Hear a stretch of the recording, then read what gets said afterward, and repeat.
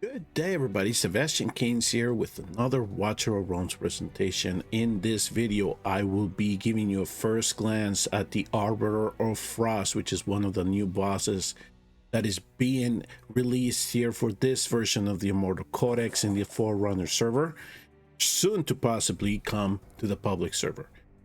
This boss will certainly provide you a challenge for any account, but at least everybody will have access to the hero that will unlock your compositions through potential.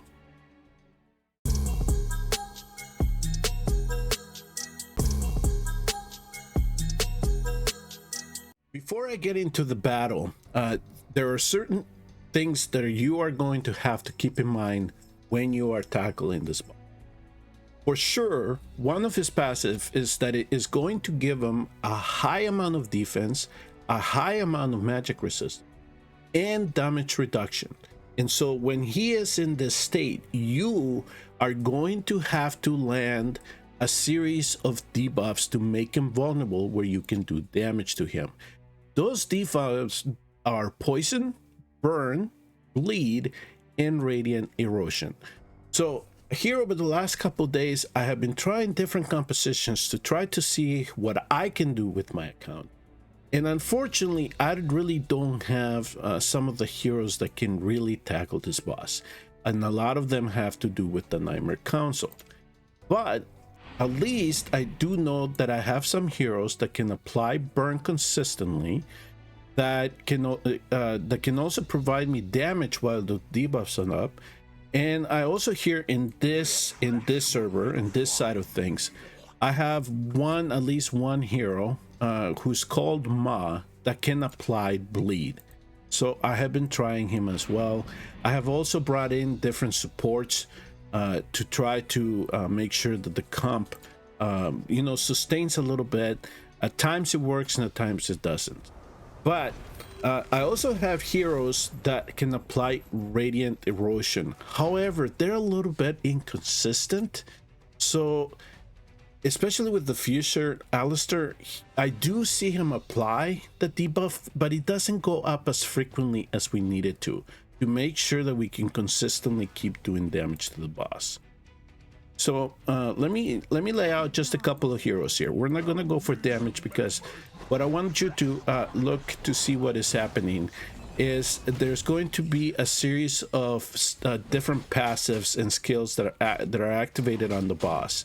So as you can see here, Ma or Abomination here are applying one of the debuffs that we need to make sure that we can do damage, and that's where you see this red bar decrease. Unfortunately, in this case, since there were no debuffs applied, you did not see any damage at all. Okay, so that's one thing. So we need something that consistently can consistently apply the debuff, right? We need to maintain the debuff there. So make sure that your hero has a good opportunity to proc that specific debuff. The other thing that you see here is that now the boss is in this stand called the Glacial Embrace. In this stand here, he actually summons a clone, okay? And that clone can only be destroyed, can only be defeated if you apply a debuff to him, okay? Once you are able to bring this red bar down, the clone is destroyed and now the boss is vulnerable, and then you can do damage to him as long as you keep a debuff on him. But at the same time, what you are going to do in destroying that clone is that you are going to prevent the boss from gaining attack and HP, and is a very hefty amount. It's about 30%. So the more attack he gains, the more you allow that to happen. When this Tempest move occurs, he will deal more damage to you. Fortunately, before the boss rush, he will only do damage to you once. But once the boss rush is activated, you'll see there will be 2 hits that you will take. So you have to make sure that you can take those hits accordingly. So you can make sure that you can bring in a combination of heroes, some that can apply the debuffs, and then some that can do damage while those debuffs are up. So you have to make sure that you can kind of customize your comp to be able to do both of them at the same time. Of course, some of the heroes that are going to be phenomenal for this are going to be Salazar, Valeria. People have been using Damis, of course, because he can do damage and he can do quickly. Anything that can apply defense reduction will also increase your damage. So you can tell from my account here in the Forerunner servers, which is really more into the late game, it's not really a buffed account like the one I have in the public server. I have at least managed a D. But if you look at the rankings, it just became apparent that this boss was really sensitive to one particular debuff. So everybody came out and started using this particular hero. And the king for this boss is going to be Hook. And so I actually been trying to make him work here in this side or in my compositions. Unfortunately, I have only managed to be able to get him to 50. And to get him keep him at 50 is really, really difficult to keep him alive. So I'm going to need to 60 him if I really want him to pop in this boss. So at this point in time, I decided I'm gonna see what I can do with the resources that I do have and use them accordingly, and see if it's worth for an account like this to level up a rare that I'm just gonna use for this particular instance.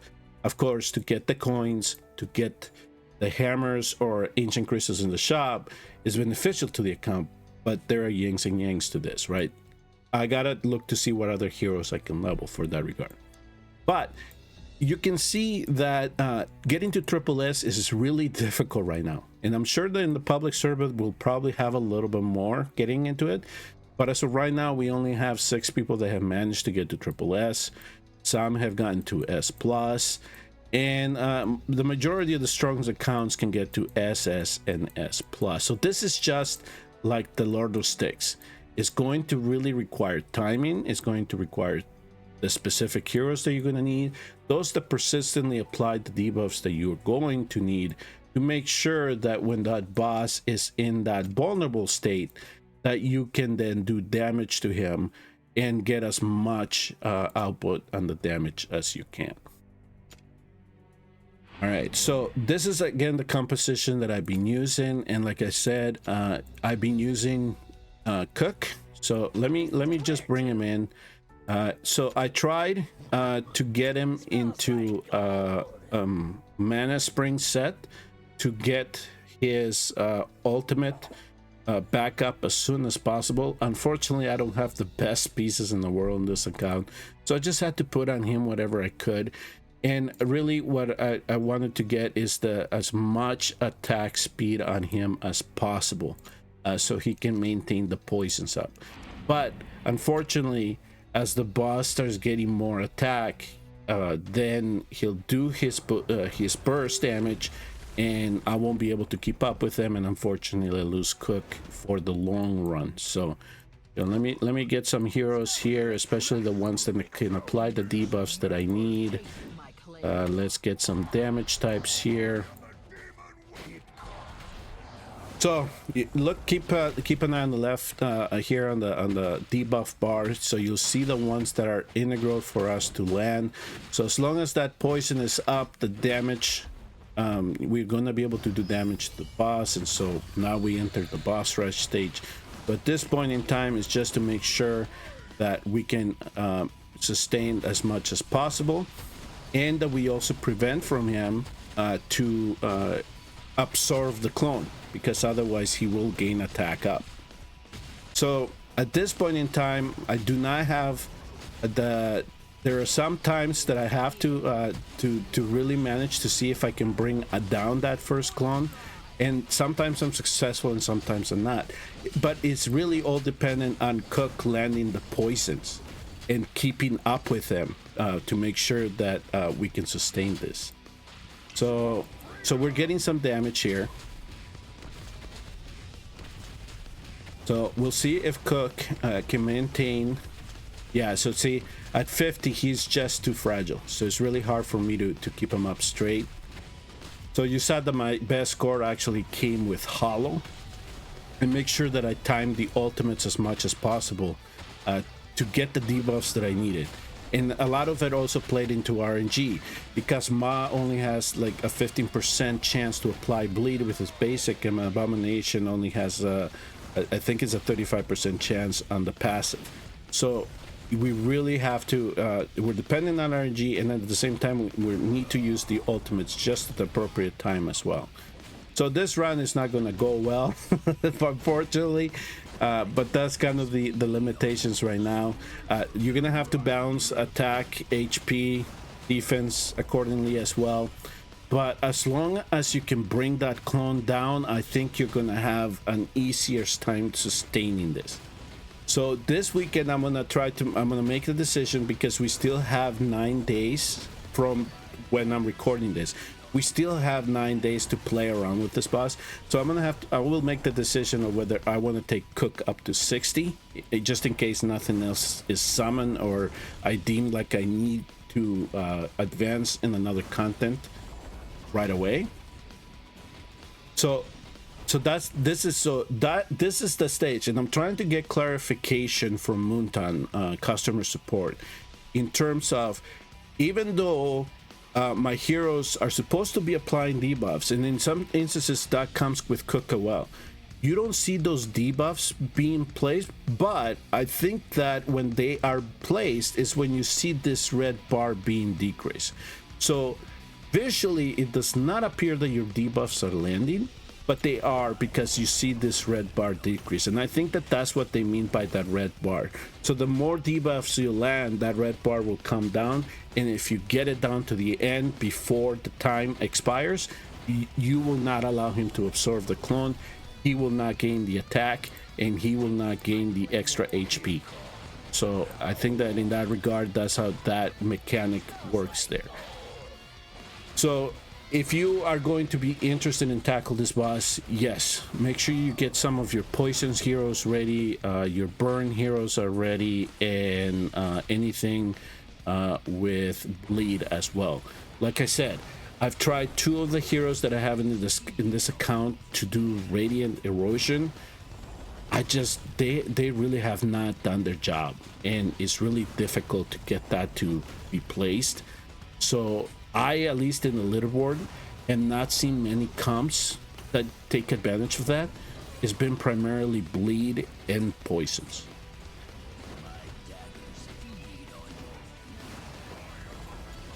So this is not going to be the optimal run, given that I've been talking to you at the same time that I've been doing the run. But I just want to give you an idea of what to expect, right, when you're tackling this boss. When you see that Tempest move come about, when you see the clone being summoned, and then when his passive is activated, and you are supposed to then try to apply the debuffs that you need to apply. All right, so let me see if I can do this. No, that wasn't a good idea. And yeah, so now he's just off the rails now. He's just doing so much damage, it's hard to really keep up now. So here I'm hoping the Ma applies the bleed. I did see the bleed. I do see the burns from Abomination at least, so that's when the damage is occurring. Now here's the clone again, and now he's gonna gain more attack. So this should be ending pretty soon.